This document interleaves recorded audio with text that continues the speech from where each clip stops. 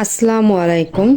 আজকে আপনাদের সঙ্গে শেয়ার করব পুঁইশাকের মজাদার মুচমুচে পাকোড়ার রেসিপি।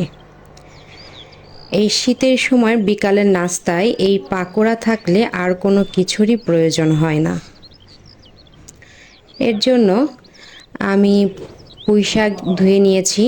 ধুয়ে ফোল্ড করে নিয়ে এখন চাকু দিয়ে এটা কেটে নিব, কুচি কুচি কুচি করে কেটে নিব। একদমই কুচি হবে, দেখুন আমি এভাবে কুচি করে কেটে নিয়েছি। পাতাগুলো আমার কুচি করা হয়ে গিয়েছে। এখন আমি এগুলোকে উঠিয়ে একটি বড় একটা বাটিতে রাখবো। এখন আমি পেঁয়াজ কেটে নিচ্ছি। পেঁয়াজগুলোকেও কুচি কুচি করে কেটে নেবেন।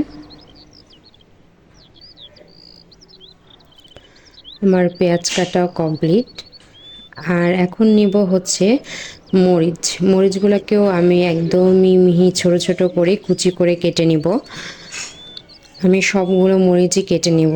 আপনারা আপনাদের প্রয়োজন অনুসারে, আপনাদের টেস্ট অনুযায়ী আপনারা মরিচ ব্যবহার করবেন। এটা কম বেশি হলেও সমস্যা নেই। এখন মরিচ কুচিগুলো দিয়ে দিলাম। এখন দিয়ে দেবো 1 টেবিল চামচ বেসন, 1 টেবিল চামচ কর্নফ্লাওয়ার গুঁড়ো, লবণ, হলুদ দিব। এখন দিয়ে দিচ্ছি বেকিং পাউডার। একটু সামান্য পানি দিয়ে এখন এটাকে হাত দিয়ে ভালো করে মেখে নিব। ভালো করে মেখে নেওয়ার পর এখন এটাকে আমি পাকোড়ার শেপ দিব।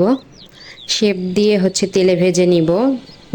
আমার তেল গরম হয়েছে, কড়াইতে তেল দিয়েছি। তেল গরম হয়ে গিয়েছে। এখন আমি একটা একটা করে পাকোড়ার মধ্যে দিয়ে দিচ্ছি।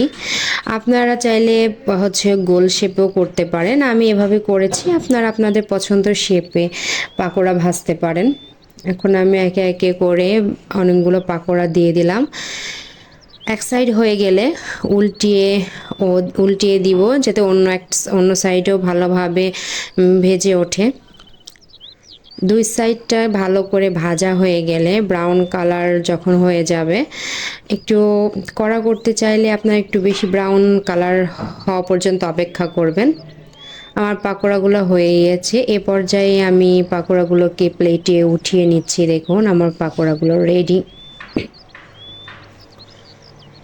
আমি এরকম ব্রাউন কালার করে উঠিয়ে নিয়েছি প্লেটে। আর এখন আপনাকে দেখাবো কতটা মুচমুচে হয়েছে পাকোড়াগুলো। দেখুন একদম একটু চাপ দিলেই ভেঙে যাচ্ছে। খেতে খুবই মজাদার হয়েছে পাকোড়াগুলো। আপনারা অবশ্যই ট্রাই করবেন।